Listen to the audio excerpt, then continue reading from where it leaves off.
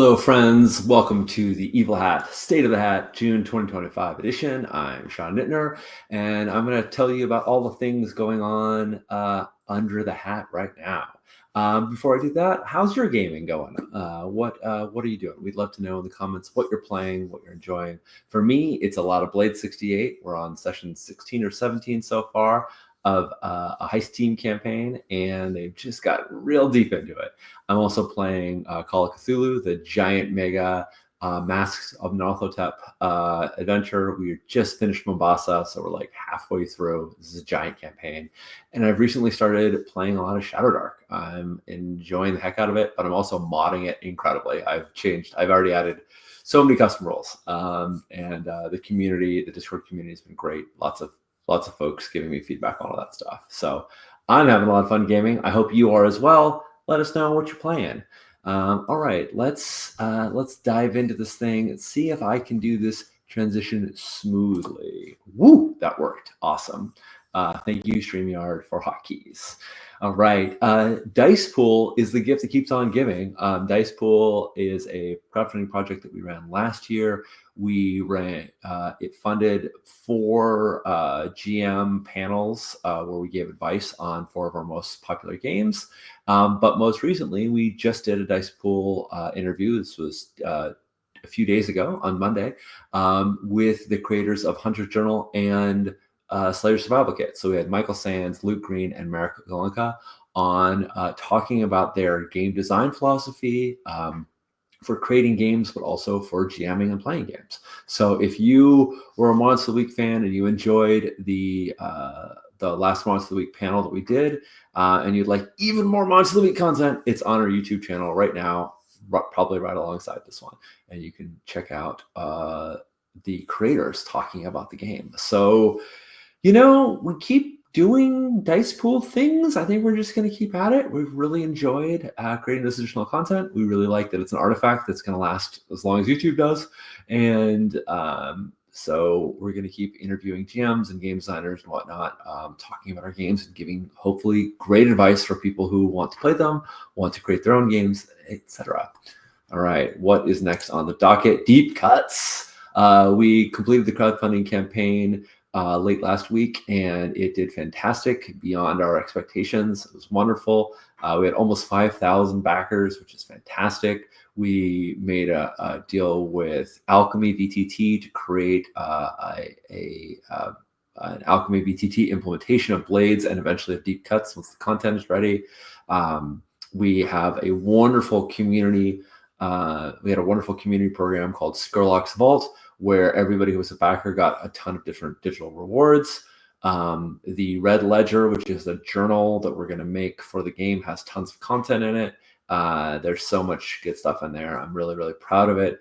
But now it's going into a slower time. We have to wait 2 weeks before the pledge management can begin. So there's not really any way to pre-order yet, but as soon as we can spin up pledge management, we will spin up pre-orders. So if you missed the campaign, you can still get all the goodies, no problem. And we'll be running that until the game is ready to print or ready to ship rather. So that pre-order will be open for quite some time. Our planned delivery is December 2025. And so you'll have every time between now and then to pre-order.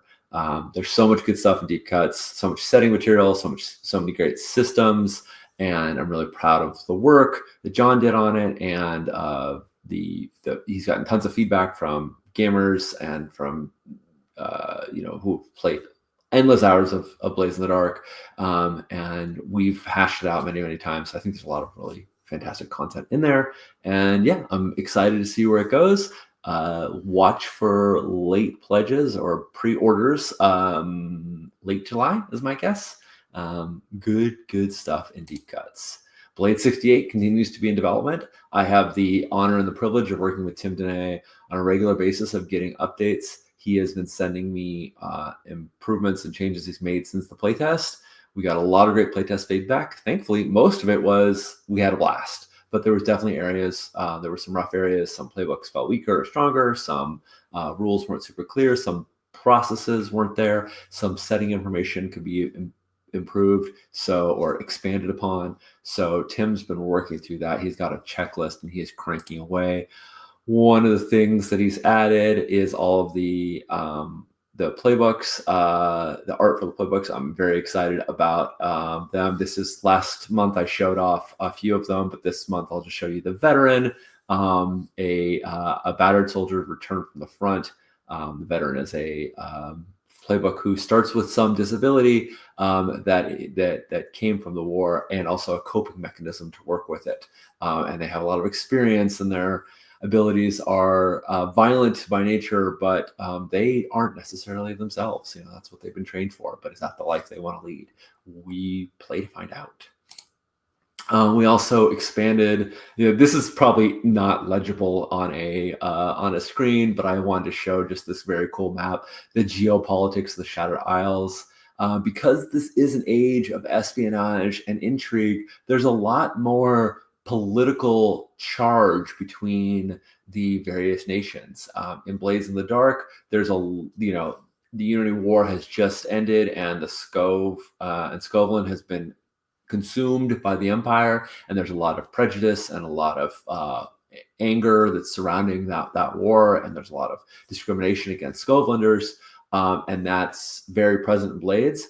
But in Blade 68, both Aruvia and Skovland, which is now the United Skov Covenant, or the USC, have broken free of the Empire, and we're in a Cold War era where there's lots of espionage and intrigue, and all of the nations have some power play they're doing. So having this geopolitical map is very important in 68. So you can kind of get a sense of where the nations are pushing for, what they're going after, and where your scoundrels will fall in that, whether they're going to avoid it and stay clear of it, or whether they're going to be advocating for one side or the other, or whether their views on their nation is even in agreement or not. So it's really good stuff. So glad that Tim has added it in. Dagger Isles continues to be in development. We have all new crews. We have playbooks have expanded. We're doing a full expansion, a full naval combat expansion. But we're also talking about right now doing a church expansion, which was not something I was originally anticipating. But we realized that the church, the Church of the Ecstasy of the Flesh, is a major part of the colonial efforts to bring Dagger Isles under the control of the Imperium, but they are not really fleshed out in Blades in the Dark. So we realized that in order to make the church a very strong element, we wanted to expand upon it as a whole. So we'll be adding in some additional content. And the thing that excites me about that is that I'm really excited about people playing Dagger Isles, but I also want Dagger Isles and basically every Blades game that we make to be very modular and be very useful in ways where you could say, oh, we can pull things out of that even if we're using it for our existing Blades campaign. And the naval combat rules are going to be, we're going to fall in that category. But I also think the church influence and the way they're kind of more than just a faction in some ways is going to be useful as well. So I don't know the shape of the mechanics yet, but I'm excited as we start digging into those things. So more work on Dagger Isle. Dagger Isle's work continues. Hunter's Journal and Slayer's Survival Kit. I'm delighted to say we did have a delay with the manufacturing, the coins and the dice that were manufactured in China. There was errors with the coins originally where they didn't lock together quite right. And then the dice had an error, and there was some delays where we get the proofs and they weren't right. And so we had to go back and start over. And we really wanted them to be right. But I'm delighted to say that the coins and the dice are finished. They have arrived in our warehouse and they're shipping out as of Monday. So if you were a backer, previously we had said we were just shipping out backers who only ordered books. Now we're going to start shipping out to all backers. So you should be hopefully getting yours soon. We'll be releasing the books into retail on July 17th. So if you missed the campaign, you can still get copies of them very soon. And if you're like, what is Hunter's Journal? What is Slayer's Survival Kit? In short, I'll say that they're player-facing supplements for Monster of the Week that'll give your hunters new cool options. In long, I'll say go check out the Dice Pool interview I just did with the graders, and they'll tell you a lot more about it. All right. Speaking of which, here's just a little tidbit. This is the Investigator's Casebook, which is a journal. It's a dot journal that is printed with contents for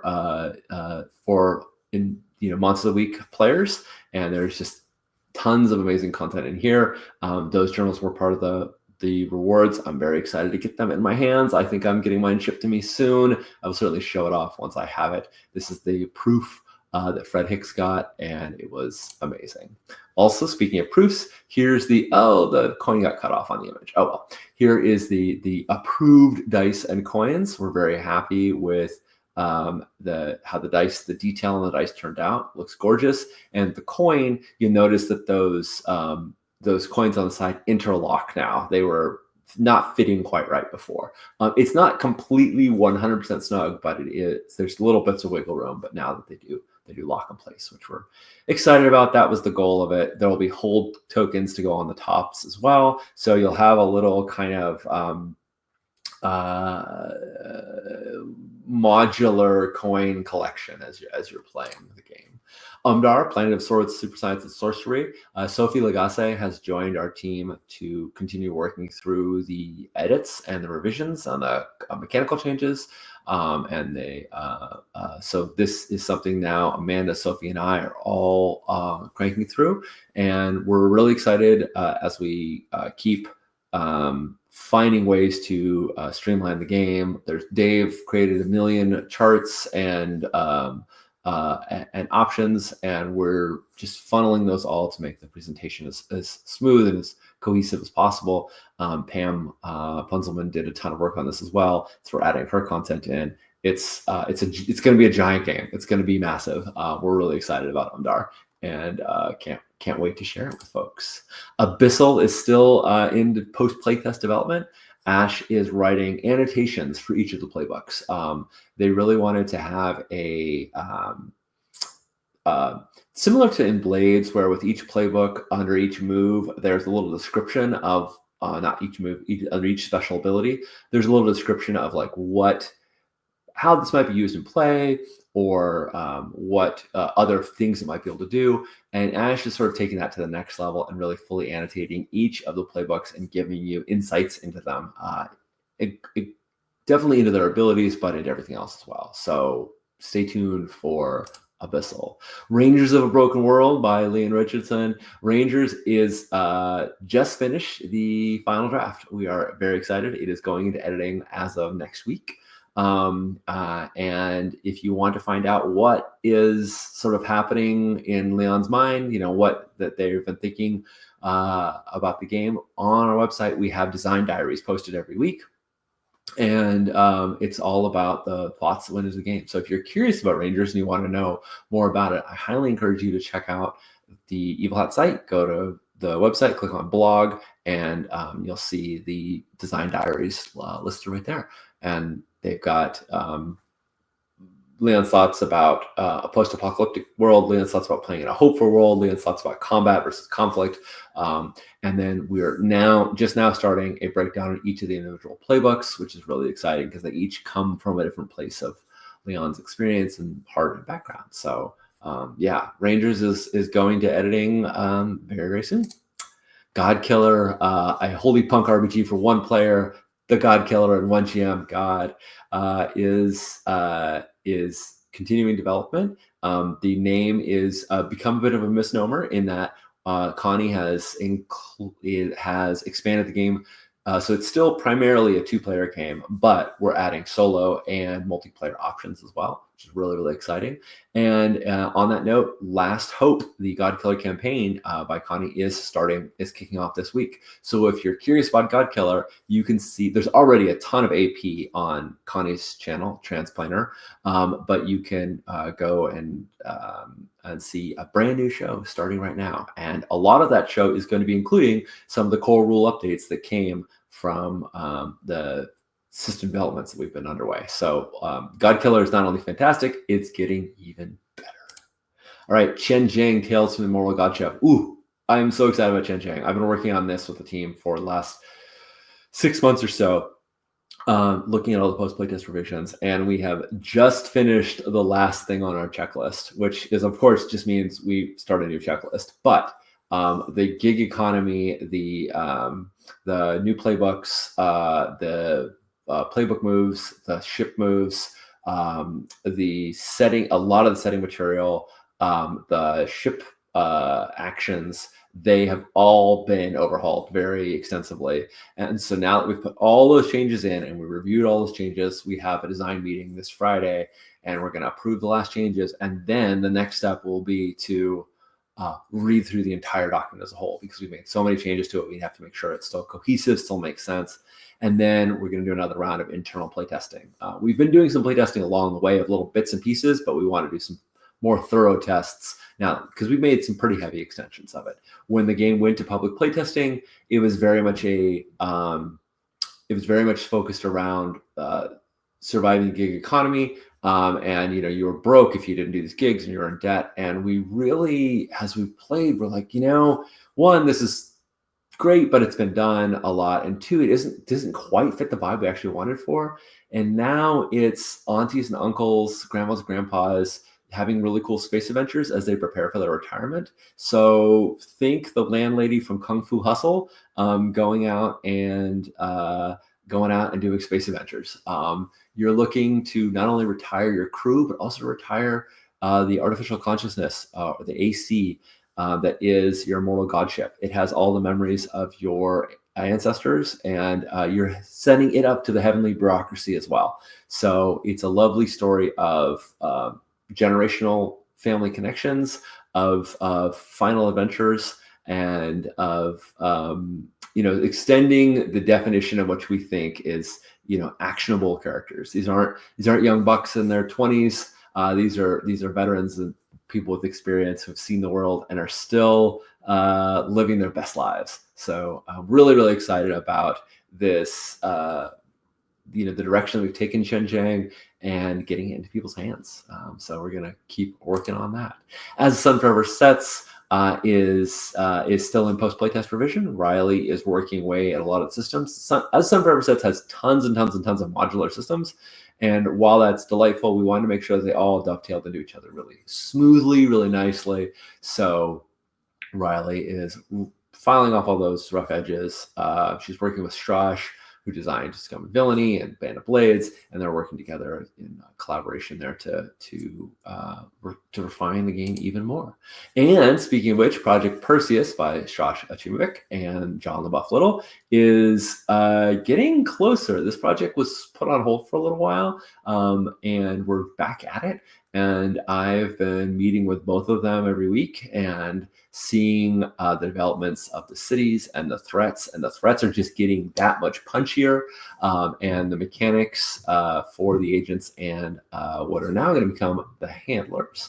We're doing a little bit of terminology change. And I'm really excited about the final form coalescing. So Perseus is also in development. And I'm just really, really excited to see how the final threats and the final cities go. This is a game with lots of modularity. There's going to be lots of artifacts and cities and directors and factions that are in the game, but then there's going to be a potential to add a lot more. So when we do get to the crowdfunding state, I think we're going to have a lot of stretch goal opportunities. I'm excited for that. All right, let's see if I can do this transition again.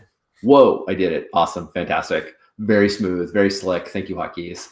That's it for the June edition of the State of the Hat.